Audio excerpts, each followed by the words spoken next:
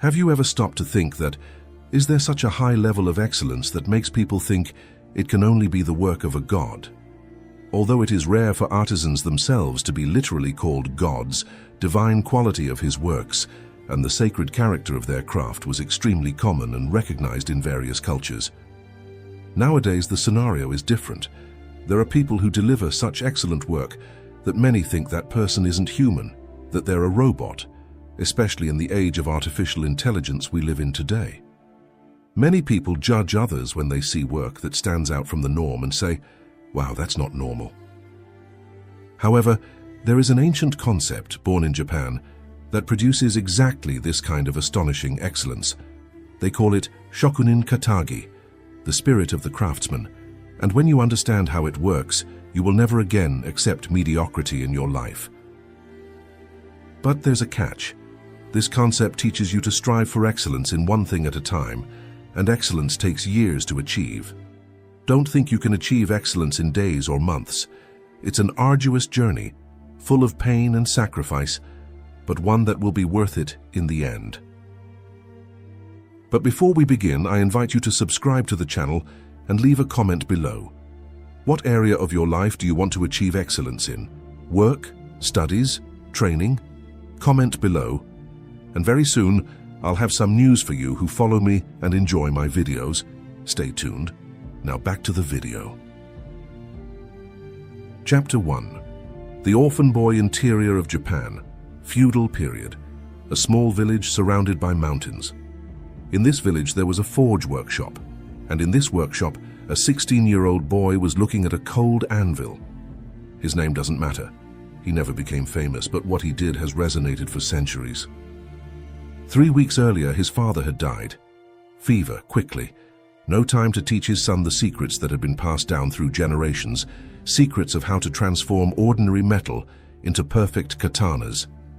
The boy had 3 younger siblings, a sick mother, no money, no food, and an empty workshop that hadn't produced swords for weeks. He had 2 choices: close the workshop, sell the tools, take any job, or try to continue the legacy alone, without a master, without experience, without even knowing where to begin. Most people would have chosen the easy way out, but this boy had something different inside him, something he didn't yet understand, something the Japanese call Shokunin Katagi. Searching the workshop one night, he found a hidden box. Inside, yellowed parchments, his father's handwriting, ancient forging techniques written by hand, drawings, temperatures, hammer angles, cooling time. He picked up the first scroll and began to read. He didn't understand half of it. The instructions were complex, full of technical terms his father had never explained. But there was something there. A possibility. A chance. That night, he made a decision that would change everything. He wasn't just going to try to make swords, he was going to become a blacksmith. The difference may seem small, but it's gigantic. Trying is reversible. Being is irreversible. He wrote on his father's parchment, "I am a blacksmith, I will forge perfect katanas, I will honor this lineage." He signed it and placed the scroll on the family altar. It wasn't a promise, it was a declaration of identity. And in Japanese culture at the time, breaking that meant dishonor. An anthropologist from Kyoto University, who has studied samurai culture for years, explains, "In feudal Japan, your word wasn't just your reputation, it was your existence. A man who broke his word ceased to exist socially. This cultural pressure created an unbreakable commitment." The next day, 4 a.m., he lit the furnace, he grabbed a metal bar, he began. The first sword was a complete disaster. The metal cracked, the edge was bent, hours of work wasted. Second attempt, even worse. The blade broke in half when he tried to temper it. Third, fourth, fifth attempt. All failed, a whole week, not a single sellable sword. The family was eating only rice and the occasional fish he caught. This is where many would have given up. This is where any normal person would look at the situation and think, "This isn't going to work. I don't have the talent for this. I'd better look for another way." But the boy didn't think that way, because he had understood something fundamental about Shokunin Katagi that most people never understand. It wasn't about achieving quick success. It was about caring deeply about each attempt. Chapter 2. The Birth of the Spirit. He stopped trying to make swords quickly. He began to study each flaw as if it were a puzzle. Why did the metal crack? Wrong temperature. He wrote it down. He tested different temperatures. He observed the color of the metal when heated. Light red, dark red, orange, yellow. Each color meant something. Why was the wire crooked? The angle of the hammer. He practiced the hammer blow in the air 1,000 times before touching the metal again. He observed how the weight of the hammer fell, how his wrist needed to rotate, how his shoulder needed to be aligned. He started waking up at 3 a.m., not because someone told him to, but because he couldn't sleep thinking about what he had done wrong the day before. The neighbors could hear the anvil ringing before sunrise every single day, without exception. Rain, cold, illness. The anvil would ring. People started talking. That kid's gone crazy. He should accept that he doesn't have his father's gift. Perfect. Each comment became fuel. 6th week. He was testing a cooling technique for the 100th time, immersing hot metal in cold water to harden the blade. But every time he did it, the blade cracked. The scrolls said, "Dip when the metal is the color of the setting sun." But what did that mean exactly? Orange, red, light yellow, red, light. He spent 3 whole days just heating metal and observing the colors. He didn't try to make swords, he just observed. He studied, he felt. And on the 4th day, it happened. He saw it, not with his eyes, with something deeper. He felt when the metal was at the exact point. It wasn't about following instructions, it was about connecting with the material. He plunged the metal into the water. The sound was different. The steam rose differently. And when he pulled it out of the water, the blade was perfect. No cracks, smooth, strong. He had discovered the first secret of Shokunin Katagi. You don't master the technique, you become one with it. But here begins the part that nobody tells you about, the scary part. Because a perfect sword wasn't enough. He needed to make perfect swords every time, every single day, without fail, and that required something most people aren't willing to give. From that sword, he created a ritual, not a habit, a ritual. Every day at precisely 3:30 in the morning, he would wake up. No negotiation. It didn't matter if he was tired, sick, or cold. The time was sacred. First thing, he cleaned the workshop. Every tool in its proper place, every corner swept. Why? Because a chaotic space creates chaotic work. A sacred space creates sacred work. Second thing, he lit the furnace, always with the same amount of charcoal, always in the same pattern, because variation creates unpredictability, and unpredictability is the enemy of perfection. Third thing, he would spend 30 minutes just watching the fire, meditating on the day's work, connecting his mind with what was to come. Only after that would he play the metal. People thought it was crazy. Why do you spend so much time preparing? You could be producing more swords, earning more money. But he understood something they didn't. Speed is the enemy of excellence. Quantity is the enemy of quality. He wasn't trying to make a lot of swords. He was trying to make each sword as if it were the last sword he would ever make. A Japanese master blacksmith with 40 years of experience, maintaining traditional techniques to this day, says, "When you rush the work, you insult the material. The metal knows when you don't care. The sword knows when it was made in a hurry, and it will break when the samurai needs it most." 3 months later, he was already able to make good swords, sellable ones. The local samurai started buying them. The family was eating well again, and this is where most people stop. It's good enough, it's already working, why try harder? But the boy didn't stop, because there was something burning inside him that wouldn't accept good enough. He began to notice details that no one else saw. The exact curvature of the blade, the pattern of the folded steel, the perfect balance between weight and handling, the finish of the handle. Each sword took not days, but weeks. He tested, adjusted, and retested it. A samurai once complained, "Why does it take so long? The blacksmith in the neighboring village can do it in 3 days." His response was simple. Then buy from him. But when his sword breaks in battle and you die, don't complain to me. The samurai bought the sword, and he never bought from another blacksmith again. It's important for me to explain something here. The pursuit of excellence doesn't mean neglecting your health, your family, and the things that are important to you.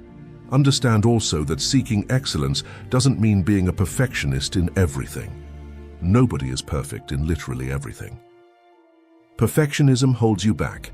The pursuit of excellence makes you understand that to become a master, you need to start by being a learner. The central point of this video is, be excellent in what is important. Be excellent in your ikigai. Chapter 3. The Complete Transformation. 1.5 hours after the beginning. An important samurai arrived in the village.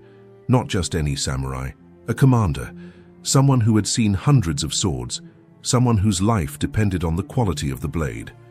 He had heard of the young blacksmith, but he was skeptical. A boy who learned on his own? It's impossible that he's as good as they say. He entered the workshop unannounced, 4 a.m., and he saw something that shocked him. The boy was polishing a blade, not the part that would be visible, the inner part of the fitting, the part that no one would ever see. And he was polishing it as if it were the most important part of the sword. The commander asked, "Why are you wasting time polishing a part that no one will see?" The boy's answer defined what Shokunin Katagi is. Because I see, and if I know it's imperfect, I can't deliver. It doesn't matter if you see it or not. I know. The commander fell silent. Then he smiled. I want you to forge my sword, and I don't want you to rush anything. Do it the right way. 3 months. That's how long it took him to make that sword. He wasn't working. He was creating an extension of the commander's soul. Each hammer blow was a meditation. Each bend of the steel was a prayer. Each polishing was an act of love. When it was finished, the sword was not merely functional, it was art. The balance was so perfect that it floated in the hand. The edge was so sharp it could cut silk in mid-air. The pattern of the steel looked like waves frozen in time. The commander held the sword, and he was moved, because he felt something in the blade that he had never felt before. He felt the soul of the blacksmith. He felt every hour of dedication, every perfect detail. And he said something that would change the boy's life forever. This sword isn't just mine, this sword is you, and I'm going to take you into battle with me. News spread like wildfire. Within 6 months, samurai from distant regions began making pilgrimages to that village, not to buy swords, to commission masterpieces, and each one waited for months, because everyone knew this blacksmith didn't make swords, he created legacies. But here's what nobody tells you about excellence. When you reach that level, when you become unbreakable in your pursuit of perfection, something changes. Not just in your work, in you. You stop being someone who does things, and you become someone who embodies excellence. It's not what you do, it's who you are. Chapter 4. The Pillars of Shokunin Katagi. Let's break this down, because this isn't just an inspiring story. It's a manual on how to transform yourself into someone unbeatable. First principle, an irreversible commitment to quality. The blacksmith didn't make swords that were good enough. He made perfect swords, even in the details that no one would see. Because the question wasn't, will anyone notice? The question was, is this right? When you have Shokunin Katagi, you don't work to impress others. You work because you can't deliver something bad. You work because mediocrity physically hurts you. Think about it now. How many times this week did you deliver something so-so? How many times did you take a shortcut because it doesn't matter? How many times did you do 80% when you could have done 100%? Every time you do that, you train your brain to accept mediocrity. And over time you become a mediocre person, not because you lack ability, but because you chose to accept less. Second principle, full responsibility for the outcome. When a blacksmith's sword broke, he didn't blame the metal. He didn't blame the weather. He didn't blame the lack of a master. He admitted, I made a mistake, and I'm going to fix it. That's power. Because when you take full responsibility, you also take full control. Mediocre people look for excuses. Shokunin look for solutions. Mediocre people say, "It's not my fault." Shokunin say, "It's my responsibility to fix it." And here's the trick. The more responsibility you take, the more power you have, because you stop depending on external factors and start depending only on yourself. An organizational psychologist who has studied professional excellence for years discovered the number one characteristic that separates the top 1% in any field is not talent, not IQ, not luck. It's what we call internal locus of control, the belief that results depend on your actions, not external factors. Third principle, eternal humility. Even after becoming the best blacksmith in the region, the boy continued studying the scrolls. He continued testing. He continued seeking the next level. Because a true shokunin never says, "I already know everything." The more he learns, the more he realizes how much he doesn't know. This is liberating, because it means you never need to be perfect today. You only need to be better than you were yesterday. The ego says, "I am already good enough." The Shokunin Katagi says, "I can be better." Ego paralyzes you. Shokunin liberates you. Fourth principle, sacred process over result. The blacksmith wasn't obsessed with selling swords. He was obsessed with every hammer blow, every second of the process, because he understood the quality of the result is a direct reflection of the quality of the process. When you have Shokunin Katagi, the process is not a means to an end. The process is the end. Every step is treated as sacred. Every movement matters. And when you do that, something magical happens. The results come naturally, not because you're focused on them, but because you're focused on doing each part so well that the extraordinary result is inevitable. Chapter 5. Application in your life. Now you might be thinking, "Okay, but I don't forge swords. How does this apply to me?" And the answer will surprise you. Shokunin Katagi applies to everything, literally everything. Are you a programmer? Then treat each line of code as if it were a hammer blow with a katana. Don't write code that works. Write elegant, clean, perfect code, even in the parts that nobody will read, because you will read them, and you know how. Are you a designer? Then treat every pixel as sacred. Don't deliver good enough. Deliver art, even in the details, because excellence lies in the details that no one consciously notices, but everyone feels. Do you work in customer service? Then treat every customer as if they were the most important one, not because your boss is watching, but because it's the right thing to do. Shokunin Katagi isn't about what you do, it's about how you do it. It's about caring. But I want to point out something else here. Understand that before reaching excellence, you will make mistakes. Just like in the story I told you today, before the blacksmith delivered works of art, he forged several katanas that were useless. So learn to respect the process, understand that making mistakes is part of the process, understand that you improve on the battlefield, you become excellent by combining practice with theory. Most importantly, stay calm, my friend, as I said. This is a journey, you are evolving, you are on the right path. Understand that the most important thing is not the speed at which you are going, the most important thing is that you don't stop. But here's the trick. You can't have Shokunin Katagi with just intention. You need structure. The blacksmith didn't wake up whenever he felt like it. He woke up at 3:30 a.m. religiously. The time was non-negotiable. You need the same. Choose a time for your most important work. Not whenever you feel like it. Not when you feel inspired. A fixed time. Sacred. Non-negotiable. Why? Because every time you negotiate your schedule, you expend mental energy. Energy that should be spent on work. Fixed hours eliminate negotiation. Fixed hours create automaticity. You don't need to wake up at 3:30, but set a fixed time for yourself. Furthermore, the blacksmith had a preparation ritual. Cleaning, lighting, meditating, the same every day. You need the same. Before starting your most important work, create a ritual. Even if it's simple. Coffee, specific music, 5 minutes of breathing. Always the same. Because the ritual signals to your brain, now is the time for excellence. And here's the part that will separate you from the 99%. The blacksmith forged every day without exception. Sick, tired, discouraged, the anvil kept ringing. Why? Because he understood. A gap destroys momentum. A gap opens space for mediocrity to return. You don't need to do 100% every day, but you do need to do something every day. No gaps. A day you're exhausted, do 20% of your best, but do it. A day you're traveling, do 30%, but do it. A day you're sick, do 10%, but do it. His excellence is equal.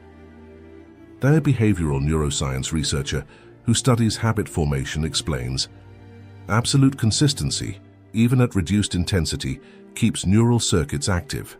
A gap of just 3 days begins to degrade the neural pattern.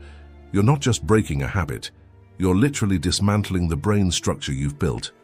But don't worry, if something really unexpected happened and you couldn't even do 10% on that specific day, just get back to normal the next day. No guilt, no worries. Chapter 6. The Final Transformation, 20 years later. The young blacksmith was no longer young, but his hands were still hammering on the anvil every day at 3:30 in the morning. He had trained his children, but he didn't teach them techniques first. He taught them spirit first. Technique without spirit creates empty objects. Spirit with technique creates legacies. Their children learned, we don't make swords. We create extensions of the soul of those who will wield them. Every detail matters. Every second matters. Because the work isn't about us. It's about the person who will depend on it. And that family's workshop continued for generations. Never the biggest, never the fastest, but always the best. Because Shokunin Katagi isn't about being first. It's about being irreproachable. And here's what will happen when you start living like this. People will find you strange. Why do you care so much? Why don't you relax? Why are you so obsessive? But you're not doing this for them. You're doing it because you've discovered the secret. Excellence isn't about impressing others. It's about doing your best even when no one is watching. When you possess true Shokunin Katagi, delivering something bad hurts physically. Not because someone will judge you, but because you know it wasn't your best. And when you reach that point, when that transformation is complete, something extraordinary happens. You stop competing with others, because you're only competing with yesterday's version of yourself. You stop worrying about recognition, because you have something more valuable, unwavering self-respect. You stop needing motivation, because you've become someone who simply can't do it any other way. The question remains, are you ready to pursue that level of excellence? Because Shokunin Katagi isn't a hack. It's not a quick technique. It's an identity transformation that needs time to complete. It's up to you to decide that mediocrity is no longer acceptable. It's about treating each task, each project, each moment as something truly important. The young blacksmith had no master. He had no money, he had no advantages, but he had Shokunin Katagi, and that was enough to transform him from an orphaned boy into a master whose work transcended generations. You have the same potential, the same choice. The difference will be, will you choose the easy path of mediocrity, or will you choose the difficult path of excellence? Because there is no middle ground. You are either going up or going down. You are either getting better or getting worse. You are either becoming a Shokunin or you are becoming just another one. And when you choose the path of excellence, when you truly embrace Shokunin Katagi, people will judge you, that's normal. And you will smile, because you have finally become who you were always meant to be. If this video helped you better understand excellence, I invite you again to subscribe to the channel and activate the notification bell so you don't miss future content. Remember, excellence is not an act, it's a habit, and habits begin with a choice. Now, if you've watched this far, thank you very much for your attention. Be present, walk with honor, follow the path. Until the next video.